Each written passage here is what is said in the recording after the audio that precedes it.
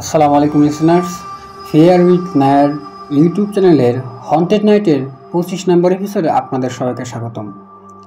Listeners, আমি আশা করি আপনারা সবাই যখন হন্টেড নাইটের 25 নম্বর এপিসোডটি এখন শুনছেন বা পরবর্তীতে শুনবেন, ঠিক সেই সময় আপনারা অনেক বেশি ভালো এবং সুস্থ আছেন।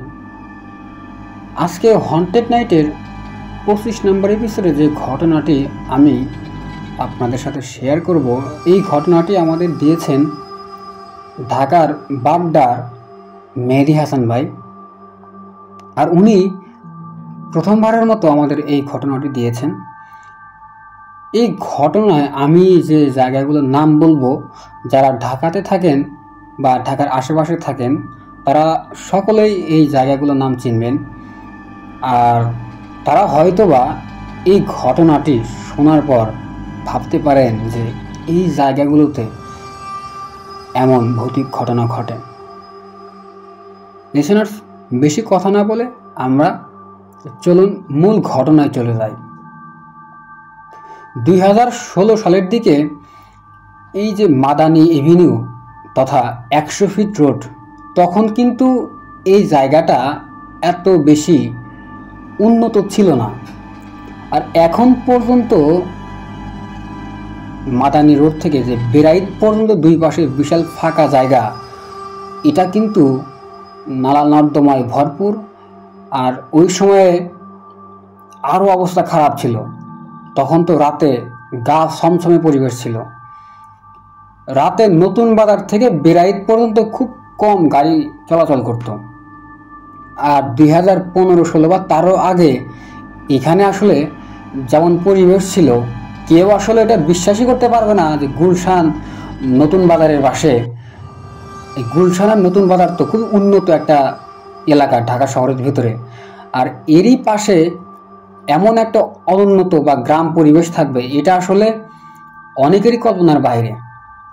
তো যাই হোক, এইখানে 2014 কি 13 সালের দিকে ঘটে যায় খুব ভয়ানক একটা ঘটনা। আর এই ঘটনাটি মেহেদী হাসান ভাই তার এলাকারই কোনো এক পরিচিত ভাইয়ের থেকে সংগ্রহ করেছে। 2013 কি 2014 সালে কোনো এক শীতের রাত্রে রাত 9টায় ভাটারা থানার সামনে থেকে 4 জন মেয়ে আর একটা ছেলে অটো রিকশায় ওঠে। আর তারা আসলে বেরাইদে যাওয়ার জন্য তখন রিকশায় ওঠে। আর তারা সবাই ছিল জাহাঙ্গীরনগর বিশ্ববিদ্যালয়ের প্রথম বর্ষের ছাত্রছাত্রী। অটো রিকশায় কাঁঠাল দিয়া রাস্তার মুখে পৌঁছানোর পর একজন মেয়ে নেমে যায়। আর ঠিক ওই জায়গা থেকে, মানে কাঁঠাল দিয়ে থেকেই আরেকটা ছেলে তখন এই অটোতে ওঠে। অটোটা যখন 100 গজ সামনে যায়, সেখানে ছোট একটা কালভার্ট ছিল। আর কালভার্টের দুই পাশে ঢালু রাস্তা ছিল। আর এই কারণে অটোটা এই ব্রিজ বেয়ে উপরের দিকে ঠিক মতো তখন উঠতে পারতেছিল না। তো সবাই আসলে এটা ভাবে যে যেহেতু রাস্তার দুই পাশে ঢালু, তো হয়তো বা এই কারণে অটো উপরের দিকে উঠতে পারতেছে না। তো তখন চালক যিনি ছিল এই অটোর, তখন সে এই দুই ছেলেকে বলে যে তোমরা একটু নিচে নামো, নামার পরে ধাক্কা দাও। তো তারা দুজনেই অটো থেকে নামে। অটো থেকে তারা নামার পরে অটোটা ধাক্কা দেয়। তো অটো খুব স্বাভাবিকভাবে তখন উপরে ওঠে।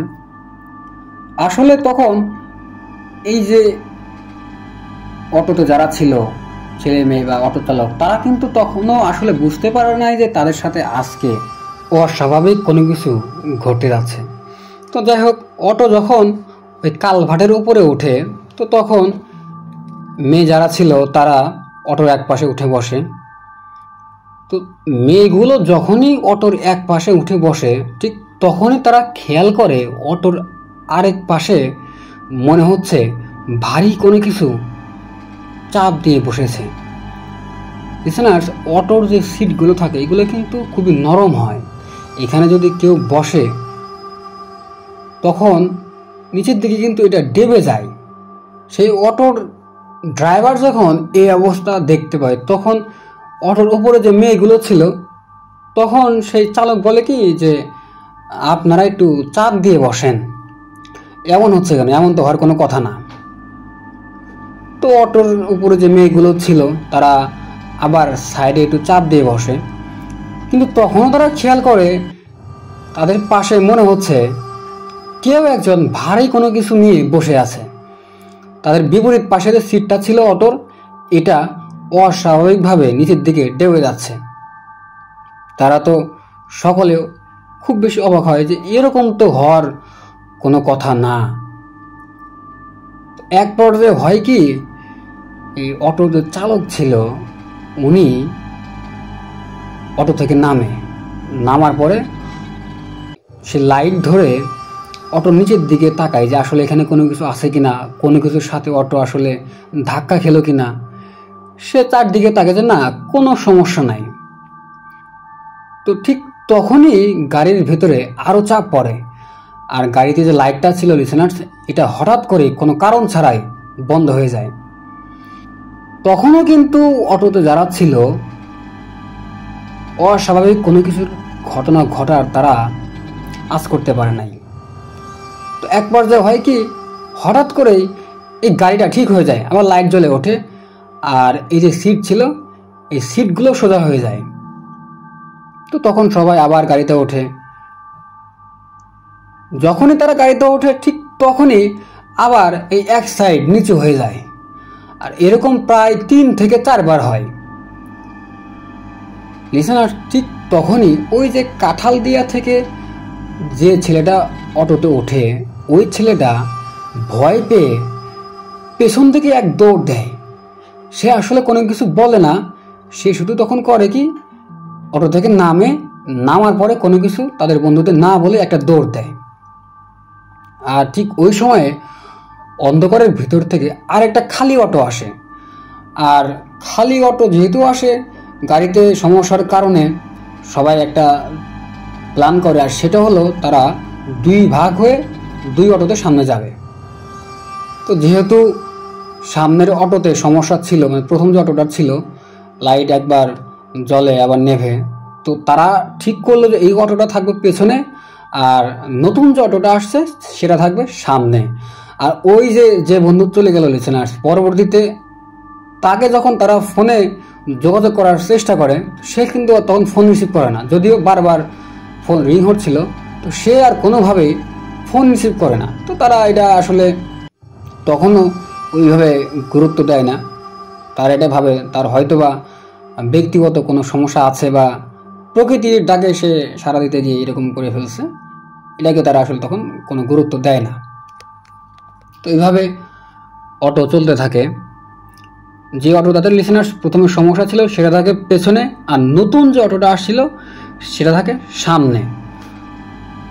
লিসেনার্স, এই যে বেড়াইত যাওয়ার যে রাস্তা, এই রাস্তায় কিন্তু এখন মানে বর্তমানে সাদা প্রাসাদের মতো একটা ভবন আছে, যেটা আসলে 2013 কি 14 সালের দিকে ছিল না।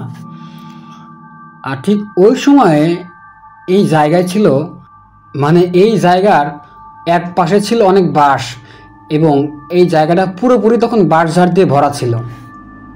তো লিসেনার্স, যখনই সামনের যে অটো চালক ছিল, এই অটো চালক এই বাঁশঝাড়টা পার হয়, ঠিক তখনই অটোর হেডলাইটে তিনি দেখতে পান রাস্তার উপরে কালো একটা অবয়ব মুহূর্তে একটা বিড়ালকে জাপটে ধরে মাথার কাছে নিয়ে এই বিড়ালের মাথা মনে হচ্ছে তার মুখ দিয়ে কামড়ে ধরল।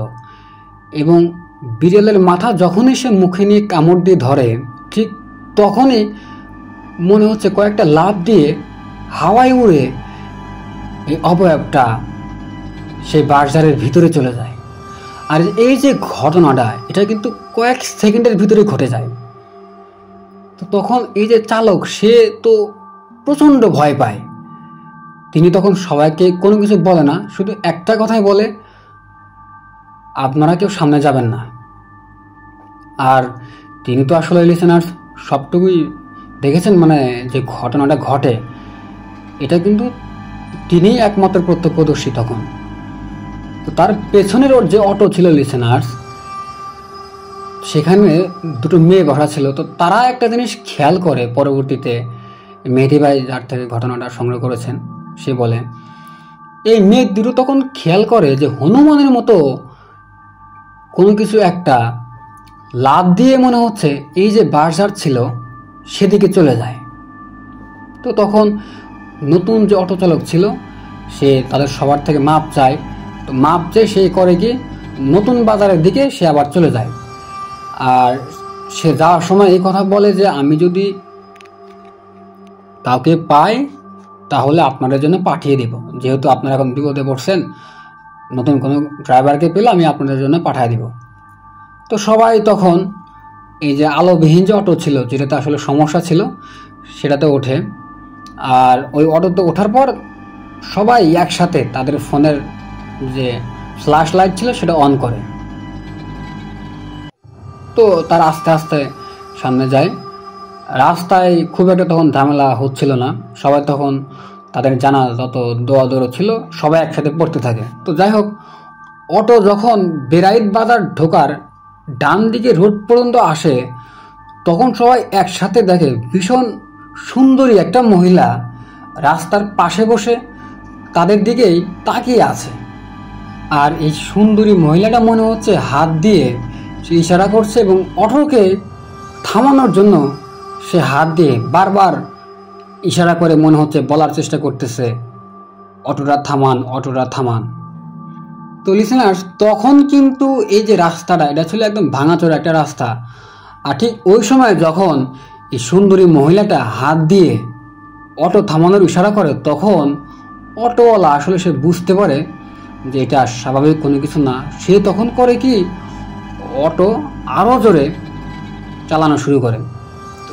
প্রথমত এই যে রাস্তাটা লিসেনার্স এটা কিন্তু ভাঙা ছিল এবং অটো যেহেতু আরও জোরে চালানো শুরু করে এই কারণে অটোর উপরে যারা ছিল তারা আসলে খুবই সমস্যার সম্মুখীন হয়। তো ঠিক একটু পরে তারা খেয়াল করে তাদের পেছন থেকে ওই যে পরবর্তী যিনি অটো নিয়ে আসছিল ওই অটো চালক আবার আসে। তো তিনি আসলে তখন জানান যে এরকম বিপদে তাদের ফেলে রেখে যাওয়ার পর তার বিবেকে আসলে বাধা দেয়। আর এই কারণে সে আল্লাহর নাম নিয়ে আবারও তাদের কাছে এসে পড়ে। তো তারা সবাই মানে অটো চালক দুজন এবং গাড়িতে যারা ছিল সবাই একসাথে তখন দৌড় পড়তে থাকে এবং তারা আবার ভাগ হয়ে দুই অটোতে ওঠে। তো একটা সময় তারা আল্লাহর রহমতে কোনো বিপদ আপদ ছাড়াই বেরাইতে এসে পড়ে। তো ওই চালক বলেন তিনি দেখতে পান সামনের অটোটা হঠাৎ মানে পরবর্তীতে লিসেনার্স আবার যে অটো চালক আসলো সে দেখতে পায় সামনের অটোটা হঠাৎ দ্রুত চলা শুরু করে এবং কাত হয়ে মনে হচ্ছে একদিকে পড়ে যাচ্ছে। কেউ যদি মানে একদিকে খুব ভারী কোনো কিছু রাখে লিসেনার্স তাহলে কিন্তু অটো বা কোনো যানবাহন সেদিকেই কাত হয়ে পড়ে। তো এসব কিছু দেখার পরে সে আসলে ঠিক থাকতে পারে না। মানে লিসেনার্স পরবর্তীতে যে অটো চালক তাদেরকে হেল্প করার জন্য আসছিল এই অটো চালক কিন্তু এই ঘটনাগুলো প্রত্যক্ষ করার পর সে আসলে স্বাভাবিক থাকতে পারে না। তো সে যে পুরোপুরিভাবে অজ্ঞান হয় বিষয়টা তেমন না, সে আসলে তখন ঠিক মতো কথা বলতে পারে না। তো তারা যখন নিরাপদে বেরাইতে এসে পৌঁছায় তারা সকলে এই অটো চালককে তারা পানি ছিটিয়ে দেয়। তো এক পর্যায়ে উনি সুস্থ হন। তো উনি আসলে তখন যে ঘটনাগুলো দেখে বা প্রত্যক্ষ করে সে সবাইকে খুলে বলে। তো তখন এই যে জাহাঙ্গীরনগর বিশ্ববিদ্যালয়ে যে ছাত্রছাত্রীগুলো ছিল যারা অটোতে আসছিল আসলে তো তারা এই যে দুই অটো চালক তাদের থেকে মূল ঘটনা আসলে কি এগুলো জানতে চান। তো তারা আসলে যে ঠিকমতো বা সঠিকভাবে যে বলা এটা তারা আসলে খুব একটা বলতে পারে না।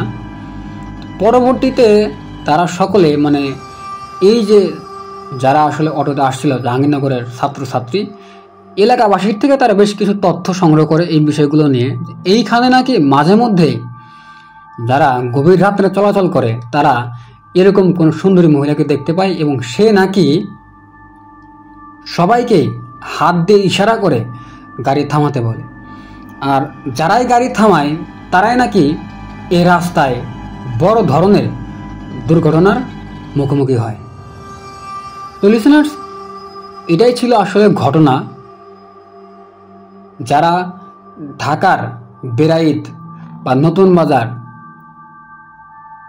বা মাদানী এভিনিউ বা 100 ফিট রোড এই এলাকা থেকে আমাকে এখন শুনছেন বা পরবর্তীতে শুনবেন, আপনারা কিন্তু এই ঘটনার সত্যতা যাচাই করতে পারবেন। লিসেনার্স, কেমন লাগলো ঘটনাটি?